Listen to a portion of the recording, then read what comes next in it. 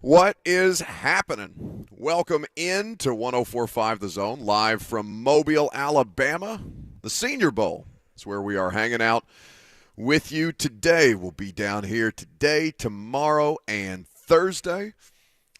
Very excited to check out what these draft prospects have going on, and already a lot of stuff moving around this morning. A lot of moving parts so far. Ramon, Kayla, and Will just wrapped up. They're on their way to practice. I'm going to join them later on. Kirby Allen. Kirby is here with me. Lucas is back in the studio, where I'm not sure whether he's happy to be or not. I don't know. Are you jealous of my ability to eat Gulf oysters down here?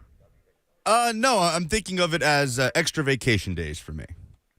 But what do you mean? We still have to do a show. What do you mean extra vacation days for you? I'm going to pop out of the studio here and let you do your thing.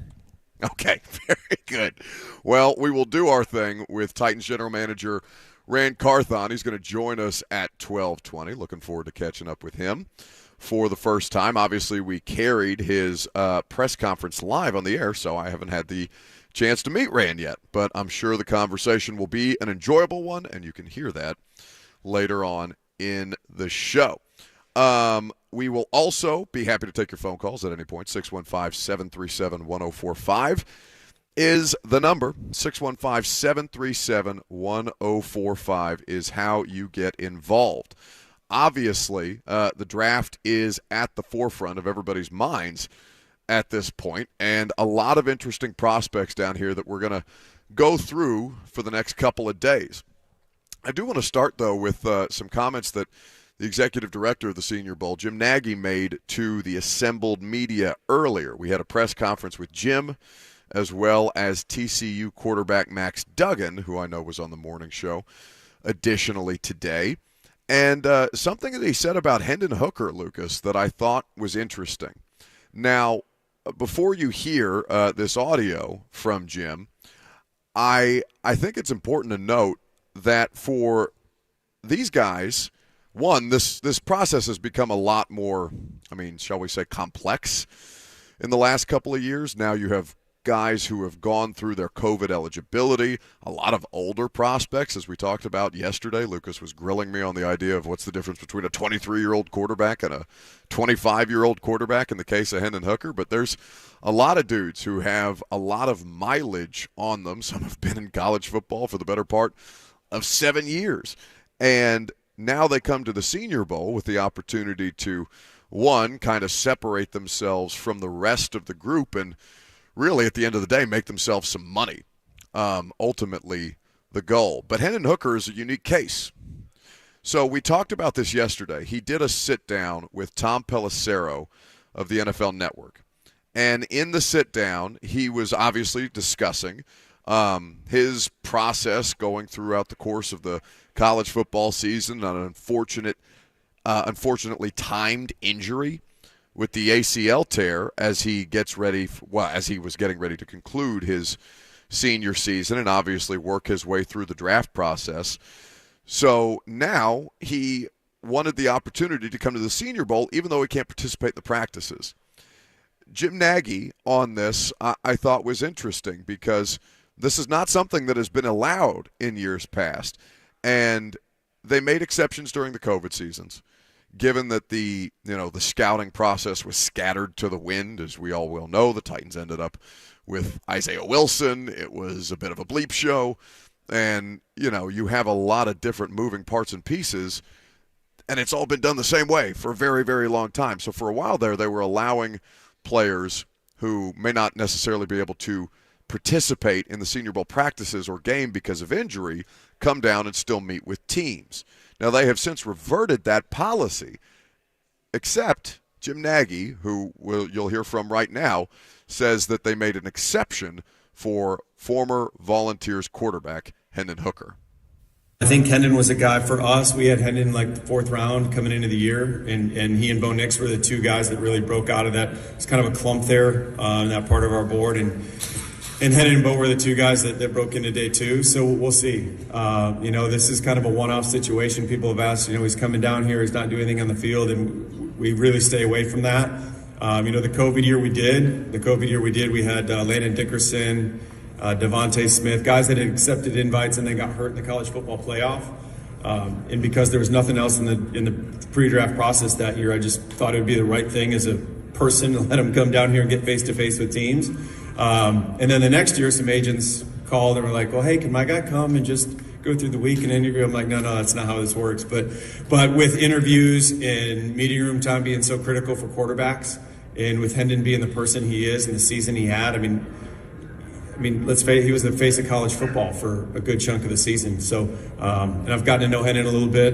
I met him at the Manning camp. I met him on campus in August when I went up there. And he deserves this opportunity. So he's going to stay in town until Friday. He's been connected with that American team the last couple of days. And he's going to be open to you guys a lot. And if you're going to be down here and now practicing, if someone from the media pulls you, just be gracious with your time. And he's excited to be here. I'm sure he's going to interview well. That was Jim Nagy, the executive director of the Senior Bowl, talking about former Vols quarterback Hendon Hooker. Lucas, what do you make of that? The idea that they're making a special exception for him in particular, despite the fact that they have since reverted to their pre-COVID rules. There must be a couple reasons for that. I'm sure it has something to do with who Hendon is as a person and as a prospect. And like Jim Nagy said, he was the face of college football for the majority of the season. So he also mentioned no first-round quarterbacks. You know, not that Hendon Hooker's a first-round quarterback, but I don't know, maybe trying to up the profile of the quarterback position at the Senior Bowl this year? Oh, for sure. Nagy told us that this is the first time in 7 years, first time in 7 years, he believes that they have been without a quarterback with a first-round grade. Now, not a first-round grade by like Mel Kiper or Todd McShay, but their Senior Bowl scouting staff a first-round grade on it, because the quarterback situation, honestly, down here is fascinating. And that's something we're going to talk about specifically for the Titans. You don't think about Max Duggan or the Houston quarterback who's down here at the Senior Bowl. You don't necessarily think of those names when you talk about guys that the Titans may have an interest in. Clayton Tune, the Houston quarterback. But those are dudes who project right now as career backups. And I'm fascinated to see the way that Ran Carthon goes through the quarterback position in particular this week, given the idea that I think we could all agree they could stand to do a little better at the backup quarterback position, as we saw from Malik Willis's experience, then to Josh Dobbs. Ultimately, futile. Even in Josh Dobbs' 2 starts, made you feel a little better about it, but the results being the same as a part of that 7-game losing streak to end Tennessee's season. So the idea of scouting quarterbacks this week with potentially potentially interest in upgrading the backup position. We're going to talk about a lot of this throughout the course of today. 615-737-1045. Who are the prospects you're most interested in as Senior Bowl practices get ready to begin? I'm going to be doing a lot of legwork out here, all 4 of us. I don't think we've given Kirby any scouting assignments at this point, other than where it is that we are going to spend our evenings at this stage. Kirby, have you done any legwork so far? I went and got oysters. You didn't get me any. Ran down to get a dongle for you. I think that was about a 5.740 though. You're breathing heavily. Dude, I'm 60. No, you're not. You're not 60 years old. 3 months I will be. Oh, my God, Kirby, what are we doing? Not very long at all. What are we doing for your 60th? Nothing. I'm going to play golf. No, we have to do something for your birthday. No. I'm not. It's just another day of the week, dude. No. Okay. Well, listen, as somebody who refuses to accept that their birthday is just another day of the week, like Lucas and I are going to have to do something for your birthday whether you want it or not. Okay, give me a bottle of bourbon and pat me on the head. I feel like I should be doing that anyway for all the You should, crap but I don't complain much. 60 years old. Okay. Well, we'll have a celebration for Kirby whether he wants one or not at a date TBD. Meanwhile, we're going to talk about the quarterback position down here at the Senior Bowl, give you some names to keep an eye out for, some names, more importantly, who are not here that I think could certainly stand to be, given that their health situation is not what Hendon Hooker's is. Your phone calls as well. I'm Buck Rising, live from Mobile, Alabama at the Reese Senior Bowl here on 104.5 The Zone.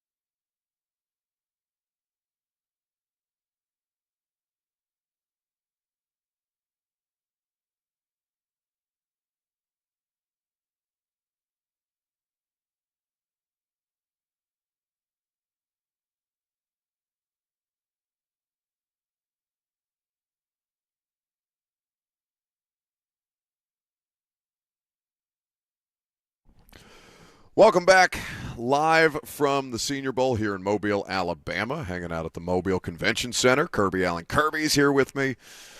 Titans General Manager Ran Carthon will join us at 12:20 today. So quarterbacks are not the first and foremost focus for the Titans, or at least for Titans fans. I wouldn't think so, but I mean, if we're going to engage in silliness like Tom Brady and Aaron Rodgers to the Tennessee Titans, can I not take a look at some of the prospects who are down here and pose the question, is it worth exploring upgrading the backup quarterback position in Tennessee? Jim Nagy mentioned earlier that they are, for the first time in 7 years, without a first-round quarterback in attendance. A lot of the guys that they were projected right now, according to their own scouting grades, are fourth or fifth round picks at this point. Kind of, he mentioned Jalen Hurts as a name he brought up specifically. Now, Hurts obviously played himself into the second round and did a lot of legwork here at Mobile to be able to accomplish that. Now he finds himself in the Super Bowl, so it's not unrealistic to talk about or to, see if one of these guys can do themselves that favor this week. And there's a lot of different positions to look at where you could say the same thing. We'll talk about the offensive line circumstance a little later on. But Lucas, your boy, Will Levis, he decided him and Hendon Hooker were going to be two of the players.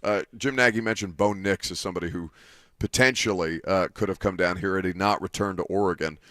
But Will Levis and Hendon Hooker projected as the best senior quarterback prospects, and obviously that's the goal, to get them down here to Mobile, to get them to participate in the bowl game, and one, see if they can't help themselves as far as their draft position is concerned, and give them an opportunity. It's also great publicity for the Senior Bowl to have as many of the big names down here as humanly possible.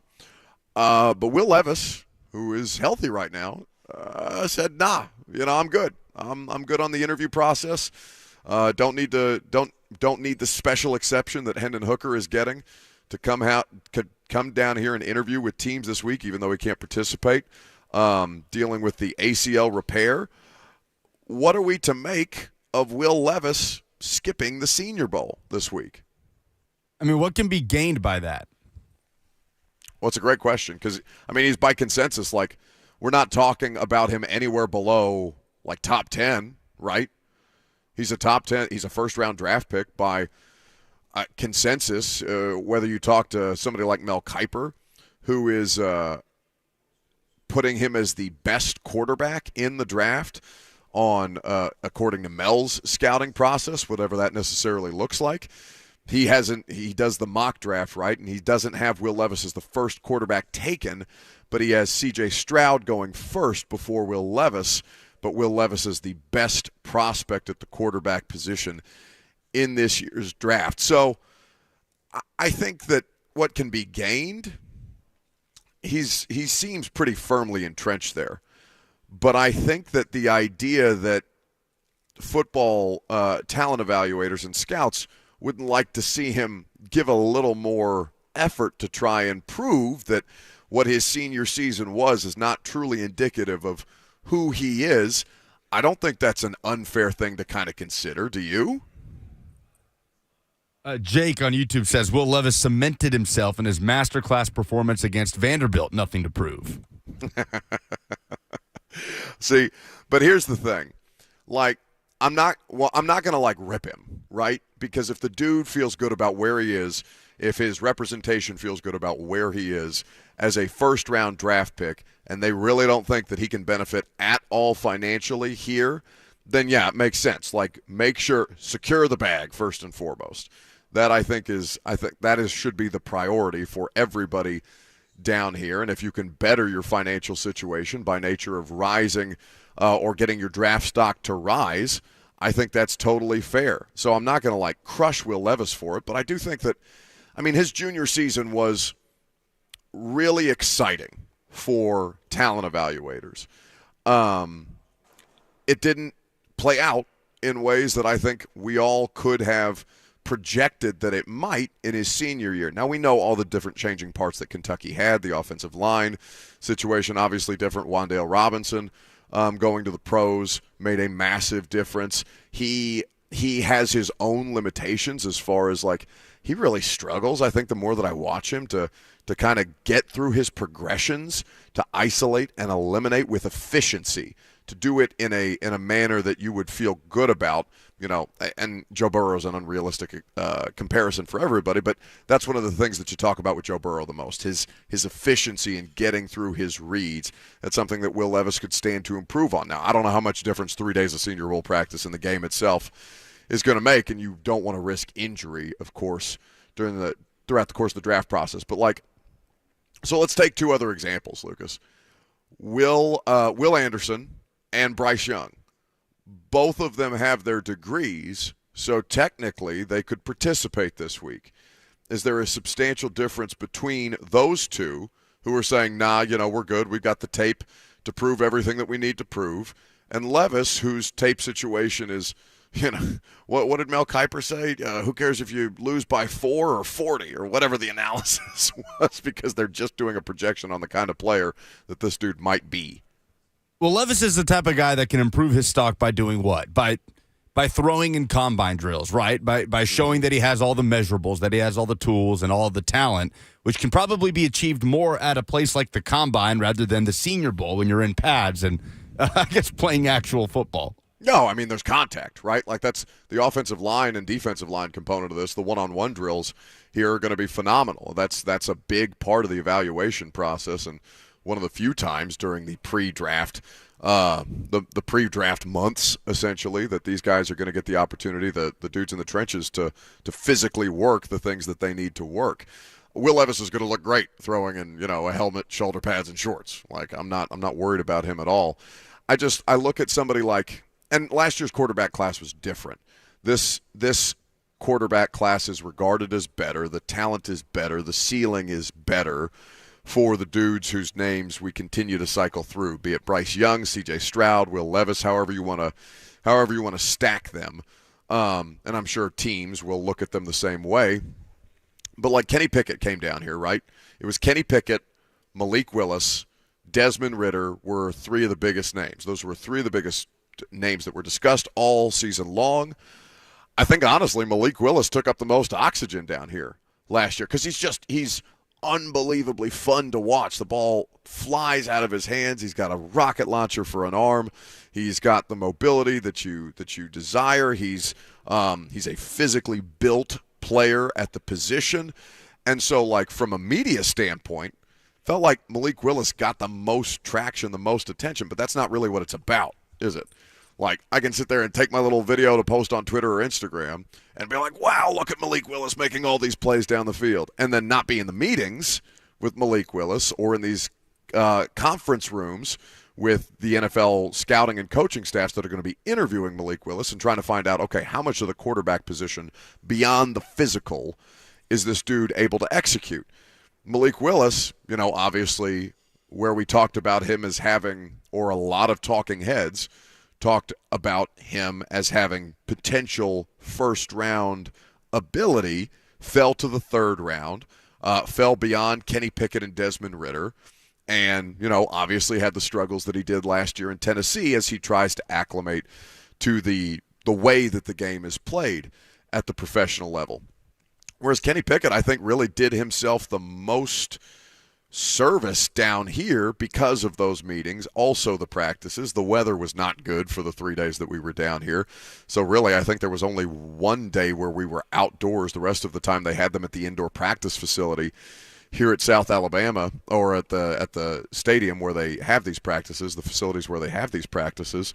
And I thought Kenny Pickett throughout the course of the week did himself the most service to kind of improve his position and solidify himself as the only first-round quarterback being taken. That's not the case for Will Levis, but there's no question of the 3, Bryce Young, C.J. Stroud, and Levis, that Levis is the biggest projection right now, right?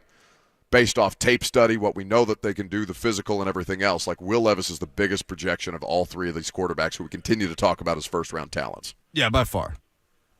And so, the size of Bryce Young is something that's going to be brought up. All the things that he can do. He's obviously physically gifted. It's just the idea that he's 5'11 and 175 during a college football season, and how much of that is going to, how much of the physical durability element is going to be discussed around him. You know, the height limitations of quarterbacks anyway, where you're literally finding out there are certain plays you can't call with Russell Wilson in the Broncos offense because he physically can't see over the offensive lineman to just hit the tight end on the check down, even though when we see it from above, it's all obvious as hell to us because we're looking at it from a different angle than Russ is on the field. That's just an example from like this year in the NFL, but those are legitimate things that have to be considered at this point. Now, beyond that, you know, Max Duggan spoke to the media earlier today, and in fact, Lucas, if we could pull that audio from my Twitter timeline from a part of the press conference that he gave, Max Duggan is somebody who obviously had a tremendous season, comes from an offense at TCU where they're running a lot of what's called 10 personnel, right? 2x2 wide receiver sets. It's a lot more spread out. Things are wide open. The geography in college football is much different than the NFL based on where the hash marks are, based on how you can utilize that to your advantage. And he's going to have to make a transition as he works through this week at practice and obviously getting acclimated with the kind of offenses that NFL teams are going to want to run. And so now you have Max Duggan, whose last experience in front of the entire country was getting smoked by Georgia in the national championship game. Is exposed a fair word to say of TCU? They did so well to get there, and obviously they earned the right to compete in that game, but you put them up against Georgia, an SEC team, and especially an SEC team that has the ability and the talent differential that Georgia has over TCU, and you kind of see, all right, some of the flaws that make that such a lopsided result. Maybe not quite that lopsided. Obviously, TCU's defense got taken for a ride in every way imaginable. But Max Duggan was asked about the exposure that the national championship run gave him and also being a part of the Heisman Trophy ceremony this year as well. This was the TCU quarterback earlier today. Yeah, I think it helped a lot. You going and playing in the playoff and you getting to play against the best players in the country and competing at the highest level in college football and be under the lights. I think it just puts you in the spotlight. You know, whether it was a success or a failure, I think you learn from it, and I think it's going to help, you know, me and all the other guys that were able to be a part of it, learn, and, you know, moving on, you know, into the next chapter, and even, you know, playing in this game against, you know, the best in the country and getting to compete against each other is just going to help all of us. And certainly that's kind of the thing that we're looking for from somebody like Max Duggan. Now, I haven't had time, or I haven't made time yet to watch enough of the Houston quarterback Clayton Tune, who's going to be one of the more discussed names down here. Lucas, I don't know if that's somewhere, if you've seen much of him at this point. He's also somebody who's been in college football for an absolute eternity at this stage. But those are some of the names that you will hear discussed as far as the quarterback position goes, guys who are trying to elevate themselves, who are currently projecting as backups right now. And then, you know, I mean, what does that mean for the Titans? Would they legitimately consider exploring upgrades at the backup quarterback situation, regardless of what happens with Ryan Tannehill this year? Whether they decide to keep him on the roster or move on from him either pre-June 1st or post-June 1st designation, because obviously there's a substantial difference in the savings on the salary cap that they would have should they choose to release him as we get closer to the summer. I think that it should absolutely be on the table. I don't know what indication, and listen, Ran Carthon, we're going to ask him how his progress of the roster evaluation has gone and kind of where things stand right now, but with what we saw last year, I don't know how you could just say, all right, developmental project that Malik Willis is, this is the way that we're going to roll forward, and everything can stay maybe not status quo given what they don't necessarily know or maybe haven't necessarily made a decision about their starter in Ryan Tannehill just yet, but I don't know how backup quarterback can't be on the table given what a difference there was between Dobbs and Willis when we saw these guys on the field. And by the way, Dobbs in the league since 2016. There's a veteran quarterback that they had backing up, or that they had starting at the end of the season after they decided that Malik Willis wasn't going to give them enough to work with. How much of that is of value over potentially a rookie or the Willis situation where you know it's going to be a slow burn, and obviously the growing pains were clear and obvious to everybody. How much of a veteran quarterback option needs to be on the table? But I think all of these things, I think all options should be on the table for the Titans' backup quarterback situation, no? Well, yeah, you don't want to go in with just one plan. Well, and I mean, the question is, where is the plan materializing, and how far along in the planning are they? Here's the thing. What you need to know about this time of year, as far as just like the general process for the people who are doing the scouting, first and foremost, like, coaches are really just getting started. Like, coaches who are in the middle of things, you take a little time after the season, no matter when your season ends, to kind of regroup. This is the first time, really, where many of the coaches, no matter what NFL team that they're on, are going to get the opportunity to get on the same page as the scouting staff to kind of move things forward. Obviously, you'll get the ability to physically see, talk to, and work with a lot of these prospects and get on the same page. Then for Ran Carthon, like, I don't know how many of these area scouts he's actually met in person versus calling dudes on the phone when he got the job, and how much that is going to factor into trying to get his feet under him, because, of course, these guys are literally scattered all over the country. Mobile is a critical time. It's one of the biggest times for everybody to come together, coaching staffs, scouting staffs. Obviously, there's a lot of media here as well. I think Jim said they credentialed over 1,000 media for the first time in the event's history. This is the 74th Senior Bowl that they've had. So where the Titans are with all of that, because any team that's dealing with a new general manager at any point in the season, this year it's just two with Arizona and Tennessee, but trying to get that established at the same time as you're going through your scouting process is going to be an interesting thing, and where we're going to start learning about what the Tennessee Titans may look like, and what Ran Carthon's tendencies or interests, or what he leans on more in one area more than another. This is where we start to learn these things throughout the course of the next couple of weeks and months as we get ready for the NFL draft. 615-737-1045 is how you jump in on our conversation at any point. Lucas, are we doing Oh No today? Let's do it. Okay, we'll do that coming up next.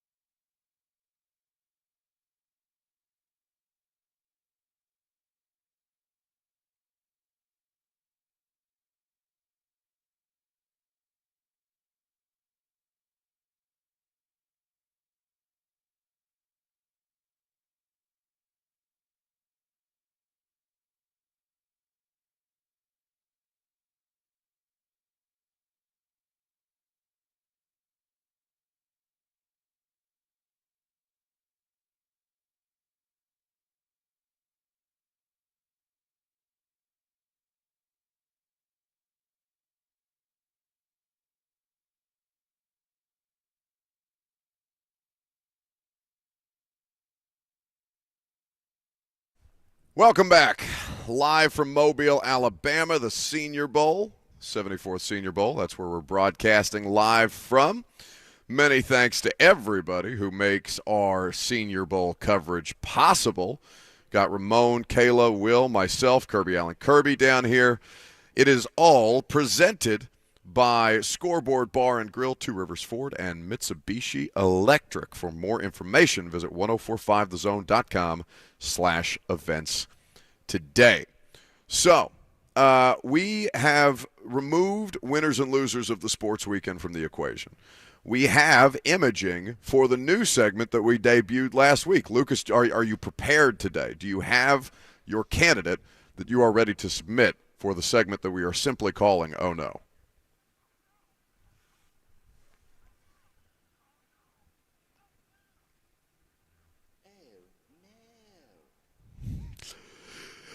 All right, real easy. 615-737-1045. What in sports made you go, oh, no, this week? There's a lot of different things to pick from, and, a lot of it in the last couple of weeks has revolved around Tom Brady, his continued pursuit of NFL teams that don't necessarily seem all that interested in pursuing him at this point.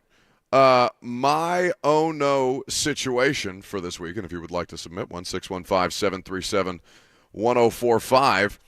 So we know the main headliners for the Super Bowl at this point, right? We know that Chris Stapleton is going to sing the national anthem. We know that Rihanna is the halftime show. What is Babyface's involvement in the Super Bowl? Is he playing? I believe America the Beautiful. America the Beautiful. Okay. So they have other things going on around Super Bowl week, like TikTok is sponsoring like the Super Bowl party stage, I guess, where there will be multiple concerts. Lucas, were you a Jason Derulo fan in high school? I feel like Jason Derulo peaked, or maybe when I peaked back in my high school years, so probably 11 years ago. Yeah, I'm not going to say Jason Derulo was decorating my iPod Shuffle playlist, but his songs were certainly being played at every middle school dance. Okay, well, apparently he has some role at the Super Bowl stage. He's a part of the TikTok tailgate. In fact, he's the headliner this year. It's Jason Derulo and the Black Keys, which is an interesting combination. He's going to be out there on a walking cane because apparently he broke his foot playing basketball a couple of weeks ago. So Guns N' Roses came through Nashville, or they were on a tour a couple of years ago. What's the lead singer's name for Guns N' Roses, Kirby? Come on. Axl Rose. Okay, what do you mean, come on? That's what do you mean, come by on? you. It's a bad job by you. It's not a bad job by me. I think that you poll 100 people on the street who's the lead singer of Guns N' Roses, like 97 of them could tell you. Okay, well, I'm one of the three who can't. It's okay. All I know is there was some dude who couldn't walk around because Axl Rose in 2022, I guess this is when this happened, does not look the same as Axl Rose did in the 1980s. He's a little puffy, he's a little pink at this stage. He's gotten a little bloated, but he had like a broken foot, so he's out there singing at these shows from like this throne that he's sitting in. So Jason Derulo is going to put on an Axl Rose type of deal. He's going to be out there with a walking cane apparently and still trying to do the Jason Derulo things, which I think are very, very much centered around choreography. That is my oh no situation this week.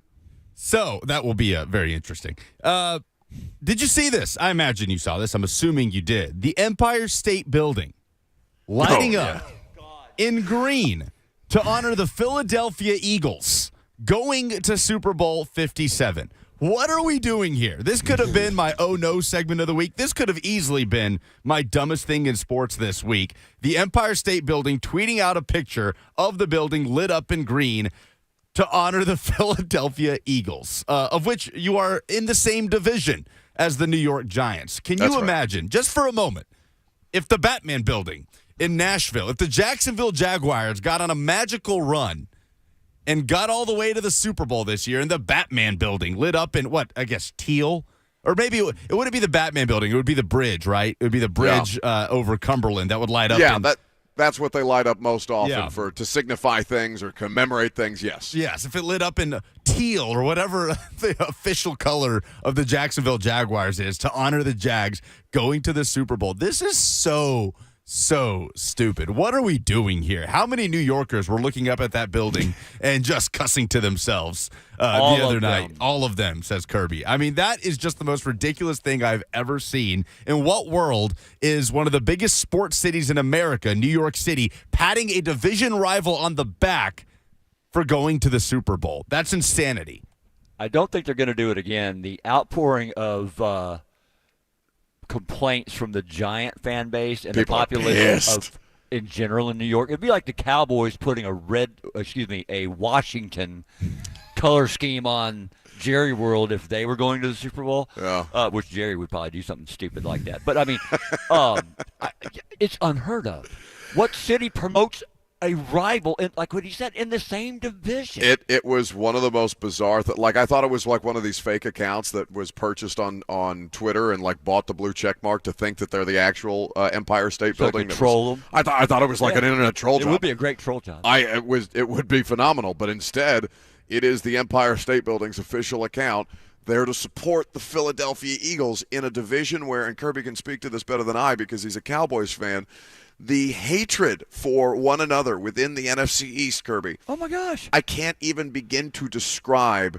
I'm sure Eagles fans loved it as they're double middle fingering all of the Giants fans and saying, look, we beat you 3 times in the regular season, and we took your iconic Empire State Building with us as we go to the Super Bowl without you. I don't wear green. I don't wear maroon or whatever the heck color that is that they wear in Washington because they're in the NFC East. This would be like Columbus, Ohio, decorating maize and blue because that other school north got a bowl game. This is just unheard. Leave it to New York to completely alienate their own population. Who alienates them? Who do you associate with alienating people more, Los Angeles or New York? I feel like both. Well, Washington, D.C., but then secondly, probably New York, and then San Diego. San Diego. San Diego shot. pisses off their population on a daily basis. Go bleep yourself, San Diego. That's what Kirby says. This is what the tweet said. Fly, Eagles, fly. We're going green and white in honor of the Eagles' NFC Championship victory. Not to mention the Eagles smoked the New York Giants on their way to the Super Bowl. Beat the holy hell out of them. And really, like, the idea that they tweeted "Fly Eagles Fly," it's just salt in the wound. I cannot for the life of me understand this. 615-737-1045 is how you submit nominees. Sue Ann is in the YouTube chat, one of our favorites. She said, "Oh my God, the Bat Building in teal. I just threw up in my mouth. If the Titans were to celebrate the Jags advancing, winning the AFC South and advancing to the postseason at this stage." There's a lot of dumb things in sports to pick from. Obviously, we'll do the dumbest thing in sports tomorrow. Dakota in Nashville will go first, though. 615-737-1045. Hey, Dakota. Fellas, I need you to help me solve something, okay? Okay. So here we go. We got the Giants all happy in their conference, loving the Eagles. We got all these SEC teams, right? If they're not in it, they're SEC. They're rooting for Georgia. If Mississippi or someone else is watching the SEC, it's always the SEC. They're doing the same thing. They're supporting their own conference. Why is that different? But what I don't understand is why does Michigan hate when Ohio State loses and vice versa? So I don't understand what the deal is. The SEC does it all year around. I mean, does that make sense, fellas? Am I just missing something? Oh, no, but it's all wrong, right? Thank you for the call, Dakota. Like, we I think, as a show, and I don't know Kirby's position on this, but I feel like as a show, we actively advocate for more hate in sports. In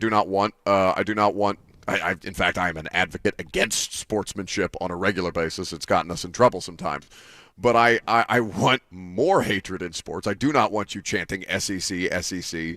If you were a Tennessee fan watching Alabama, or I guess not this year, but a Tennessee fan watching Georgia in the national championship game, it's not SEC, SEC. It just means more. No, bleep Georgia if you're a Tennessee fan. Get the hell out of here with that. By definition, you don't root for your rival to succeed. By doing so, if they succeed, that means you've got more work to do. Yes. You want to keep use a phrase, keep your foot on that neck and don't give them air. Well, SEC fans can do both, right? Where you should root for your rivals to lose, no matter what, even if it's not really your rival. Like you should not want other members of your conference to dominate because, like Kirby said, it means your job is much harder. But at the same time, SEC fans obviously take pride in being in the best conference in college football, so it's a twofold type of thing. No, I get that. And, if you would like to have an air of superiority over Big Ten fans, for example, as an SEC football fan, it is your right to do so, but not to the benefit of one of your SEC rivals. It cannot come that way.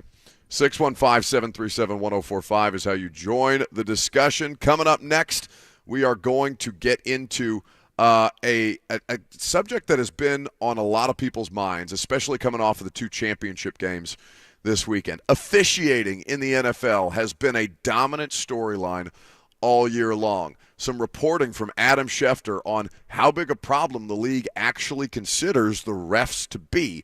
Coming up next, live from Mobile, Alabama, where we're broadcasting from the site of the 74th Senior Bowl. I'm Buck Rising. It's 104.5 The Zone.